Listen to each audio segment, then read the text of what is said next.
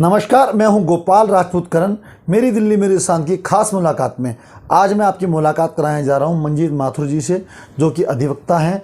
21 सालों से रोहिणी कोर्ट के अंदर प्रैक्टिस में हैं और एक समय पहले ये सह सचिव भी रहे हैं बार एसोसिएशन रोहिणी के अंदर। आज ये सचिव पद पर चुनाव लड़ रहे हैं। इनका बैलेट नंबर 1 है। हम जानना चाहेंगे कि अगर ये जीत के आते हैं तो क्या सुविधा देंगे अधिवक्ताओं को।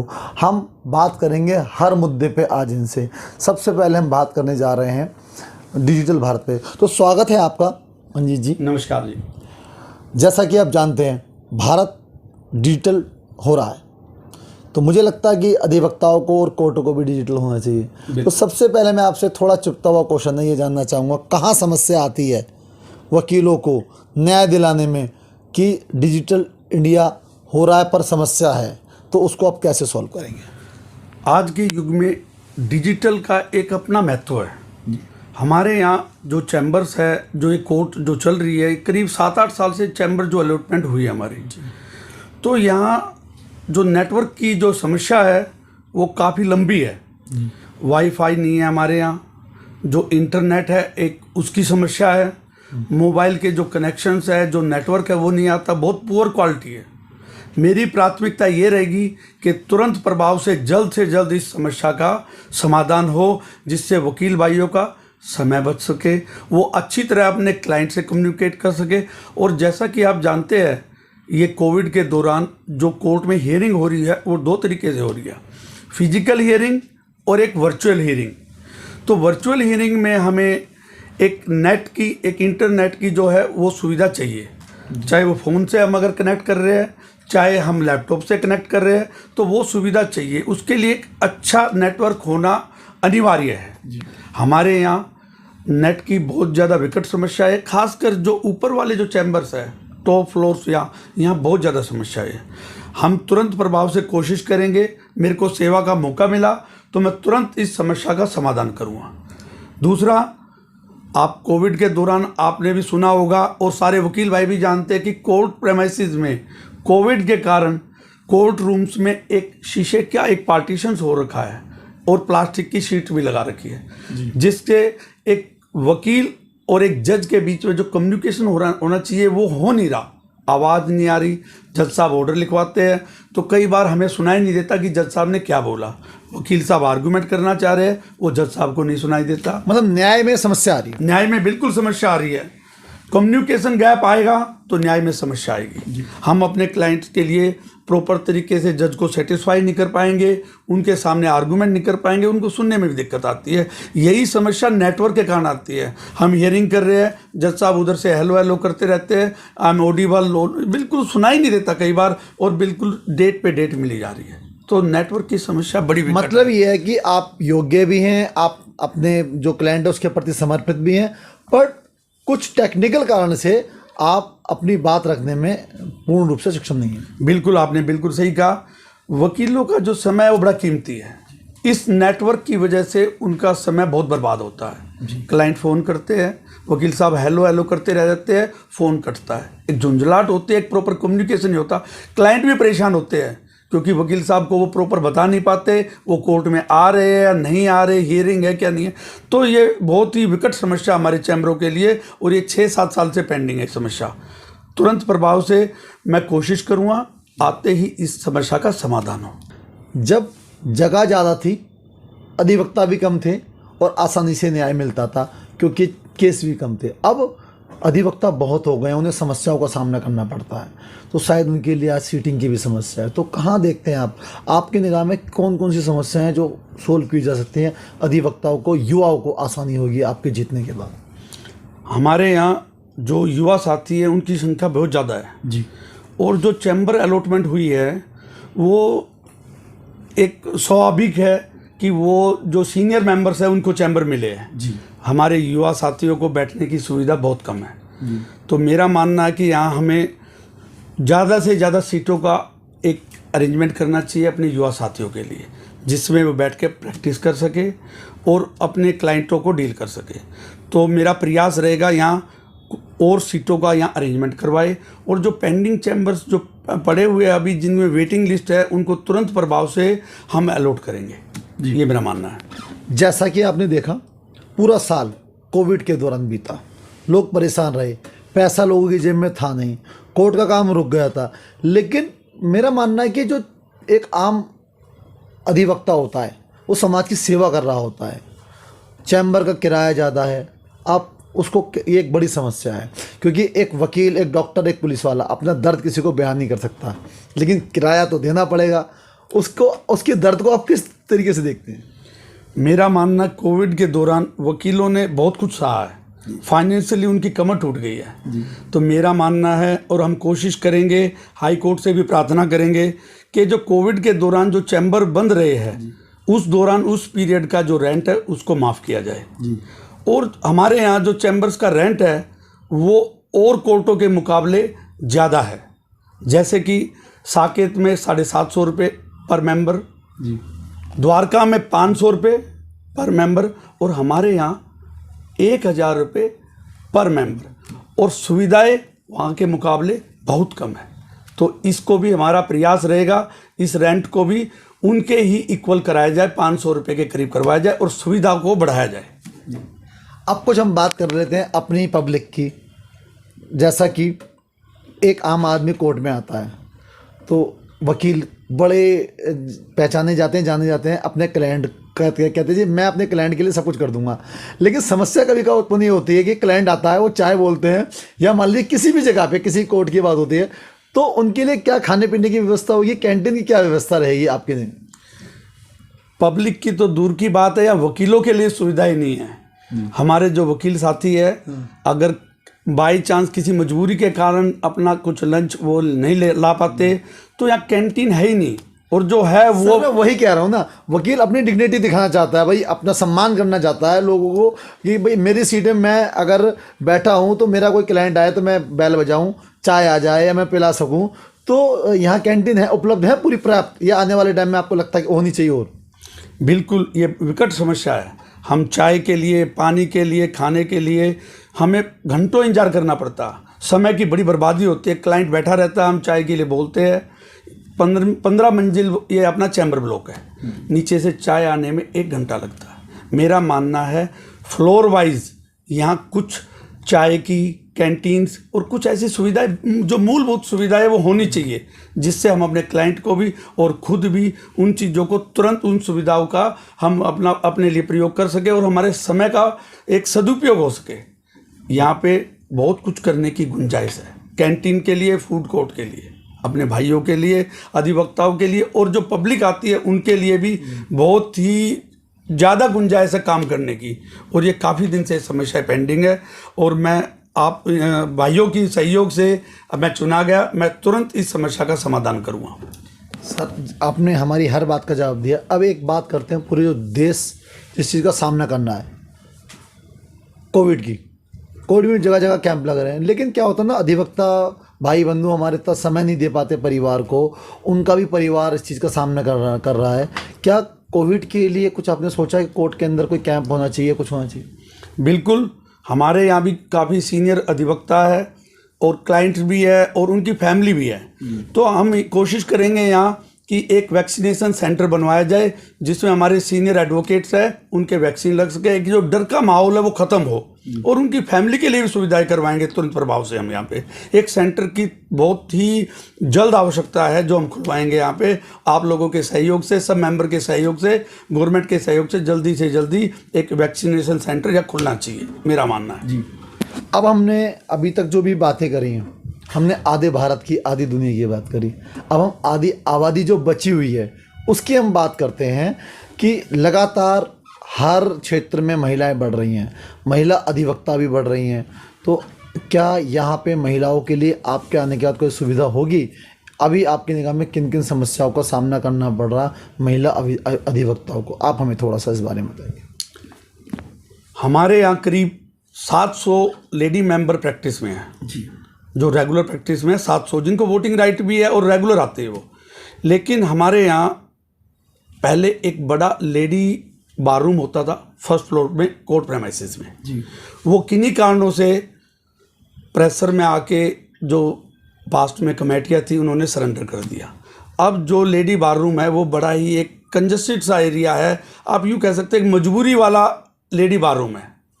तो हमारी प्राथमिकता रहेगी कि कोर्ट प्रेमाइसिस के अंदर ही एक बड़ा लेडी बाथरूम बनाया जाए, जिसके अंदर केबिन सिस्टम बनाया जाएगा, जिसमें लेडी जो एडवोकेट्स है वो अपने क्लाइंट्स को डील कर सके। एक माहौल हम बनाएंगे कि वो अच्छे तरीके से प्रैक्टिस कर सके, अपने मान सम्मान को मेंटेन करते हुए प्रैक्टिस कर सके। जी, बहुत अच्छा। अब एक चीज़ और कि जैसा कि जब हम शिक्षा ग्रहण करते हैं उसमें और प्रैक्टिकल करने में बहुत फ़र्क होता है। जब हम प्रैक्टिस में आते हैं तो बहुत सारे युवा वकीलों को कुछ चीज़ों का सामना करना पड़ता है। क्या उनके लिए कुछ प्रैक्टिस या कुछ ऐसी चीज़ें बताए शुरू की जाएं कि जिससे उन्हें प्रैक्टिस करने में आसानी हो? आपने बिल्कुल ठीक कहा। हमारे जो युवा साथी है, जो नए वकील है, जो पढ़ के आते हैं फैकल्टी से इधर से, वो थ्योरेटिकल तो पढ़ के आते हैं जी। जब प्रैक्टिकल उसको कैसे इम्प्लीमेंट करना है, प्रोसीजर कैसे फॉलो करना, उनको समस्याएं आती है। तो उसके लिए हम यहाँ सेमिनार्स रखेंगे जी। सीनियर्स को बुलाएंगे, जजेस को बुलाएंगे। एक जो प्रैक्टिकल एस्पेक्ट्स है, बेल है, स्टे है, उन पे रेगुलर सेमिनार्स करेंगे। जो हमारा ड्राफ्टिंग स्किल है, वर्किंग स्किल है, एक उसमें एक स्तर में सुधार हो हमारे, ये बड़ी आवश्यकता है यहाँ।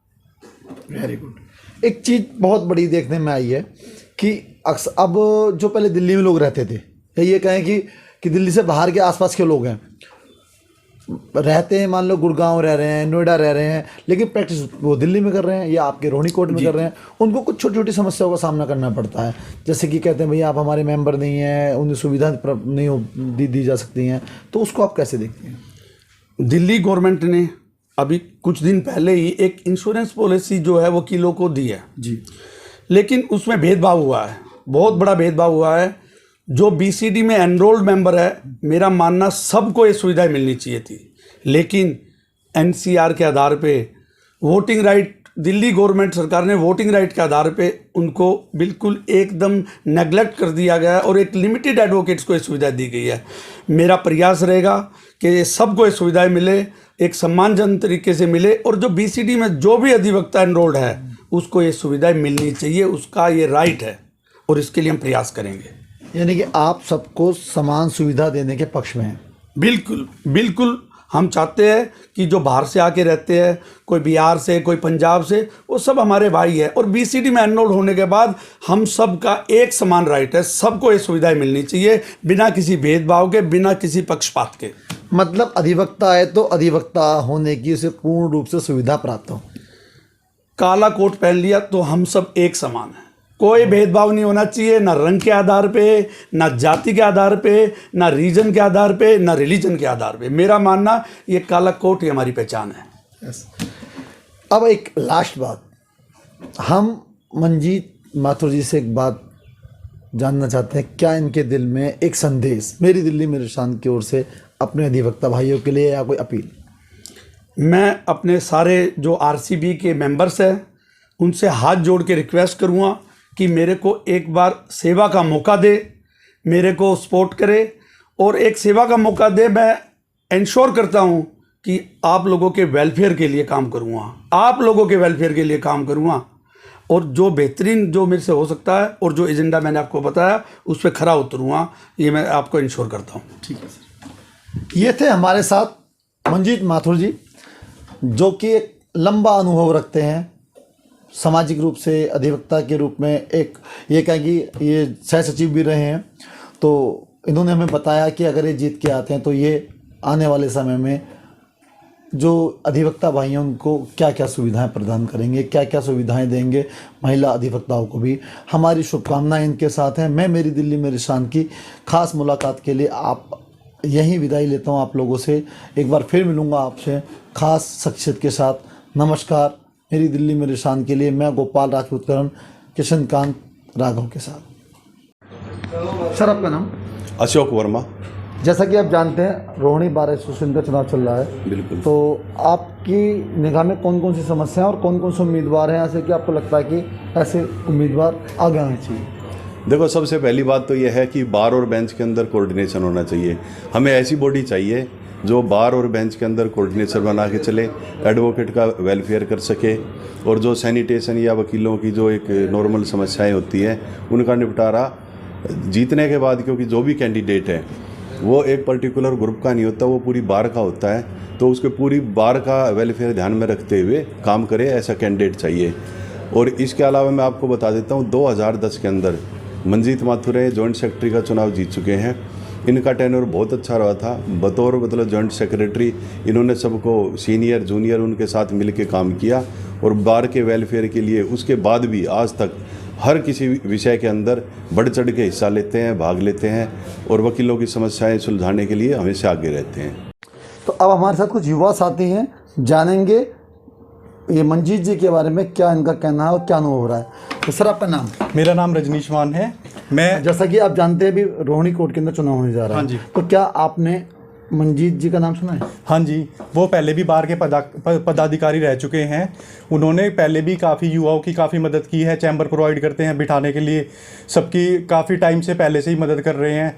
बैठने के लिए जगह नहीं होती है, यंगस्टर्स के लिए काफ़ी मदद करी है काफ़ी टाइम से। अपना चैम्बर उनको यंगस्टर्स के लिए प्रोवाइड करते हैं और भी जो भी उनकी नीड्स होती हैं यंगस्टर्स की, उनके सबके लिए मदद करते हैं। आप अपना नाम? मेरा नाम हिमांशु माथुर है। जैसा कि आप जानते हैं रोहिणी कोर्ट बार एसोसिएशन का चुनाव होने जा रहा है। यहाँ पे काफ़ी पदों पे काफ़ी लोग खड़े हुए हैं।